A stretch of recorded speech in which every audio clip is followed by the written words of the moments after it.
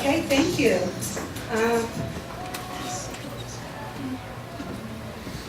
Okay, so the story I want to share tonight actually happened many years ago when I first started or attempted the online thing. And honestly, it was so long ago, I don't even remember which service it was. It was probably Match when I first started. But I put up my profile and connected pretty quickly with this guy. And you know, the usual, we trade pictures, we trade some email correspondence. And you know, he seems pretty interesting and we have some things in common.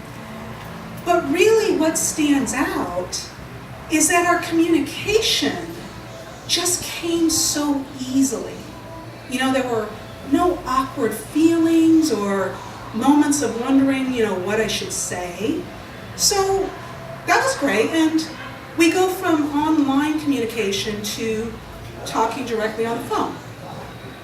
And once we start talking, surprisingly, our comfort level online transitioned to the phone very easily, so that was nice. And so we're talking for a little while, and then we decide, okay, it seems that we like each other well enough. I think it's time for us to meet. Great. So I told him, you know, you pick a place. He knew where I was, and he knew I was a bus rider, so the only thing I cared about is just make it easy to get to. I'm not too picky. And he says, okay, great. Let's go to this place over in West Hollywood. Awesome. So now we have our plan. We're going to meet for dinner. And now this is kind of fun, right? It's my first time doing this, and I really didn't have any expectations. But now, just a few weeks in, I get to go and meet a new person. So the day comes, I get ready, and I head over to the restaurant.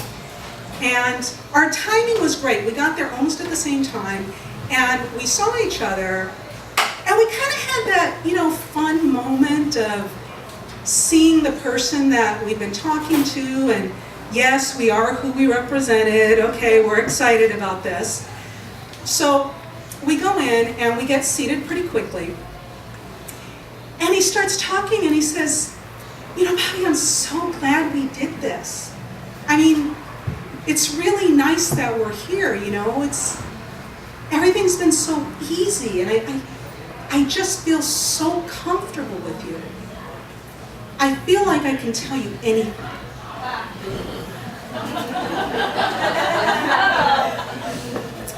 So, yeah, now I have to say, I'm very happy that he trusts me. That's very important to me. And he's absolutely right. We've been very comfortable with each other. But considering this is our first face-to-face meeting, I'm a little hesitant. But I do ask him, oh, okay. Well, is there something specific you have on your mind?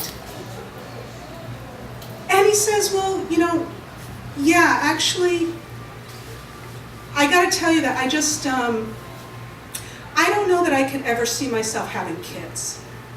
And I'm thinking, okay, you know, that's a little heavy for the first date, but I'm listening, this is important to him. And he continues and he says, you know, to be honest, I don't know how anybody would consider raising a kid today. I mean, especially in the United States, with all the Mexicans coming and taking over. Nice. I mean, they're coming and they're taking our jobs and they're taking our women and they're having babies everywhere. I mean, honestly, I don't know how the white race is going to survive the next generation.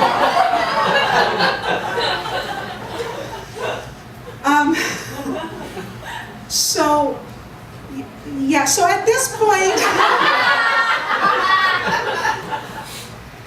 you know, I'm a little torn because, you know, to be honest, the date's kind of over, you know, for me. But, given the setting of this discussion, to be honest, I'm kind of intrigued.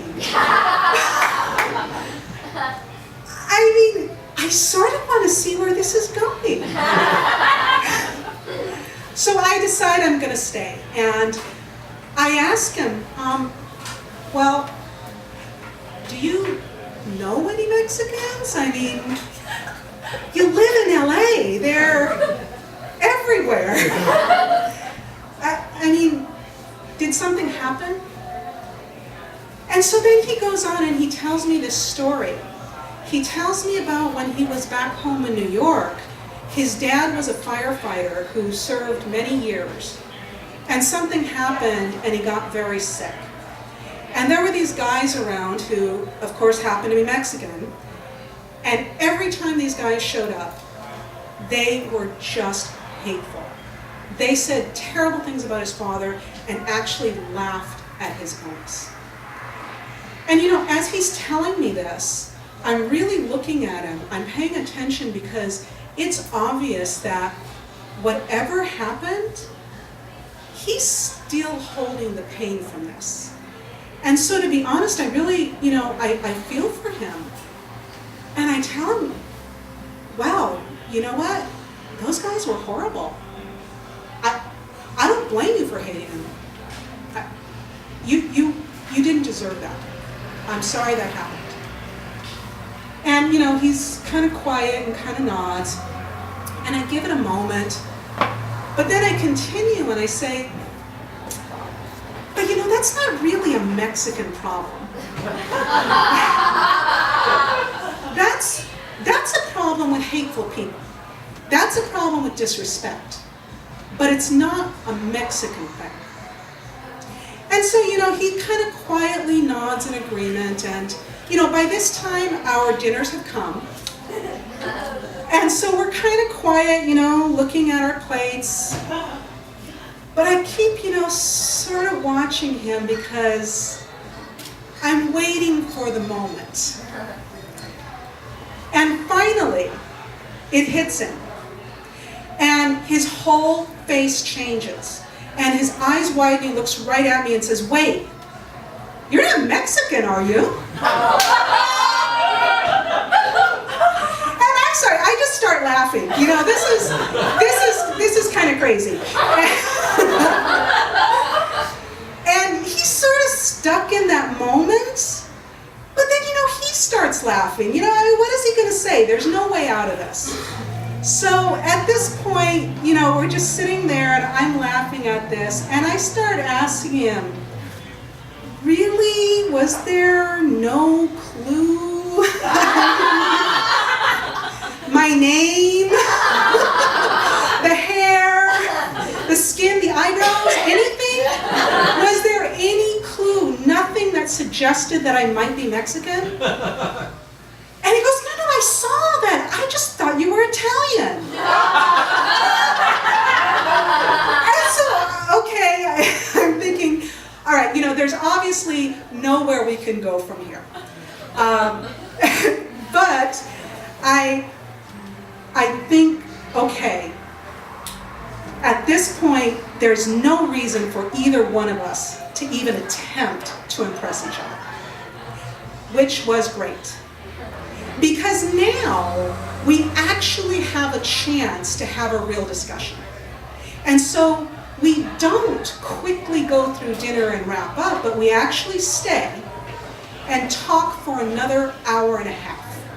And we were able to actually have a conversation where we were able to ask real questions and listen to each other to a point where we could actually learn some things. And whenever I think about this, I always say, this did not result in a second date, but I do like to think of it as a success because at some level we were able to enjoy each other. And at the end of the night, honestly, I hope that he goes away and maybe reconsiders some of his opinions. But for me, being of mixed ethnicity, this is not the first time that someone has said something to me after making some inaccurate assumptions. So I've just had to make a decision about how I'm going to confront it every time it happens. And for me, I don't want to be angry and I don't want to be defensive because there's nothing I have to defend. So I just try to remind myself that if I can allow enough room for both of us to actually show up honestly, then there is an opportunity for a moment of genuine connection. And that's actually pretty cool when that happens, even if it doesn't look like what I might have expected. Thank you.